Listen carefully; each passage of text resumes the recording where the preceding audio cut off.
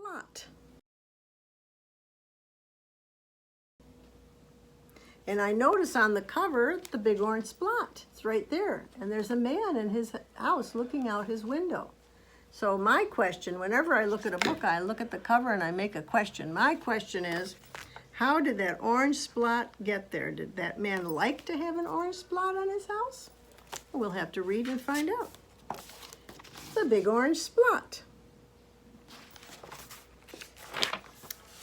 It says here, Mr. Plumbeam lived on a street where all the houses were the same.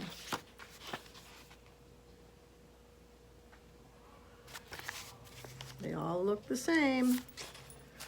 Oh my goodness, look at that. Look at all those houses. All the same. Then it says, he liked it that way, and so did everybody else on Mr. Plumbeam's street. This is a neat street, they would say. And then one day, what do you think happened? I bet you has something to do with that orange Splot. Let's see. Oh, look at this. It says, a seagull flew over Mr. Plumbeam's house. He was carrying a can of bright orange paint. No one knows why. And he dropped the can, no one knows that either, right over Mr. Plumbeam's house. Aha! Now we know how the orange Splot got there. There it is, just like our cover. It made a big orange Splot on Mr. Plumbeam's house. Oh, too bad, everyone said. Mr. Plumbeam will have to paint his house again. I suppose I will, said Mr. Plumbeam, but he didn't paint his house right away. He looked at the big orange Splot for a long time, and then he went about his business. The neighbors got tired of seeing that big orange Splot, and someone said, Mr. Plumbeam, we wish you'd get around to painting your house. Okay, said Mr. Plumbeam. I think he likes the orange Splot. Let's see what he does. It says he got some blue paint and some white paint, and that night he got busy.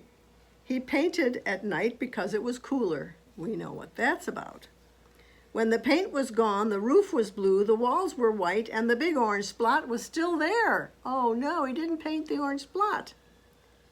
Then he got some more paint. He got some red paint, some yellow paint, some green paint, and some purple paint. In the morning, the other houses on the street, the people came out of their houses, and their houses were all the same. But Mr. Plumbeam's house was like a rainbow. It was like a jungle.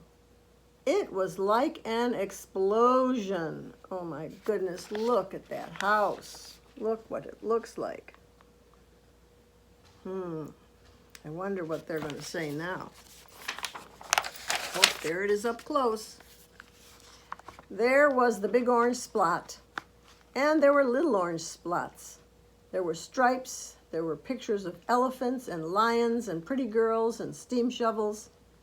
The people said, Plumbeam has popped his cork. He's flipped his wig. He's blown his stack. He's dropped his stopper. And they went away mumbling. That day, Mr. Plumbeam bought carpenter's tools, and that night he built a tower on top of his roof, and he painted a clock on the tower. Sounds like he's getting very creative with his house. Oh my, look at that. The next day, the people said, Plumbeam has gushed his mush. He's lost his marbles. He's slipped his hawser. They decided they would pretend not to notice. Wonder how long that will last. Uh-oh, what's happening now? It says the very next night, Mr. Plumbeam got a truck full of green things. He planted palm trees, baobabs, thorn bushes, onions, and frangipani. In the morning, he bought a hammock and an alligator. Oh my goodness, he is really busy. I guess he's making it the way he wants it to be. When the other people came out of their houses, they saw Mr. Plumbeam swinging in a hammock between two palm trees. They saw an alligator lying in the grass. Mr. Plumbeam was drinking lemonade. Here he is, drinking lemonade. I think he's very creative. Plumbeam has gone too far. This used to be a neat street. Plumbeam, what have you done to your house? The people shouted. My house is me, and I am it. My house is where I like to be, and it looks like all my dreams, Mr. Plumbeam said. The people went away.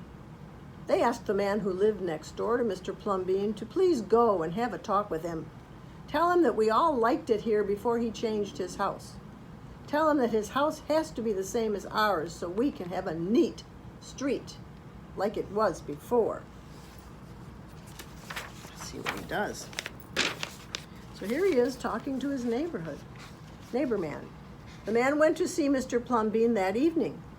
They sat under the palm trees drinking lemonade and talked all night long. I wonder what they talked about all night long. And look, the alligator is sleeping under the tree. Did you get to see it? Oh, funny. Now it says, early the next morning, the man went out to get lumber and rope and nails and paint. And when the people came out of their houses, they saw a red and yellow ship next door to the house of Mr. Plumbeam. Oh my goodness, look at that. He wanted his house to look like his dreams too, I bet. I kind of like that one. Oh, look at that. What have you done to your house? They shouted at the man. My house is me and I am it. My house is where I like to be. And it looks like all my dreams, said the man, who had always loved sailing. He's just like Plumbeam, the people said. He's got bees in his bonnet. He's got bats in his belfry and nuts in his noodle. Then one by one they went to see Mr. Plumbeam late at night. They would sit under the palm trees and drink lemonade and talk about their dreams. And whenever anybody visited Mr. Plumbeam's house, the very next day that person would set about changing his own house to fit his dreams. Oh, wow, everybody's going to have an interesting house. Look at this.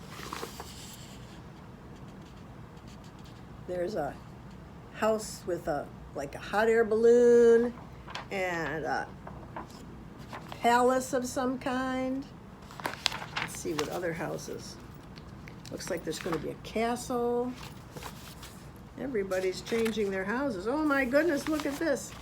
There's a castle, and then there's a big white museum-looking house. Wow, they all got creative. That's what I like to see. Oh my, now look at this. Here's all the houses. Whenever a stranger came to the street of Mr. Plumbeam and his neighbors, the stranger would say, "This is not a neat street." Then all the people would say, "Our street is us and we are it. Our street is where we like to be and it looks like all our dreams." Sure does. Everybody's house is unique and different. Oh, and that's the end. The end of our story of Mr. Plumbeam. So it started out where they all thought Mr. Plumbeam's house had to change, and then instead they all changed their house to look like their dreams. That's a cool book. I like it. Because everybody is unique. Everybody is different, and we should all be who we are and not just all look the same.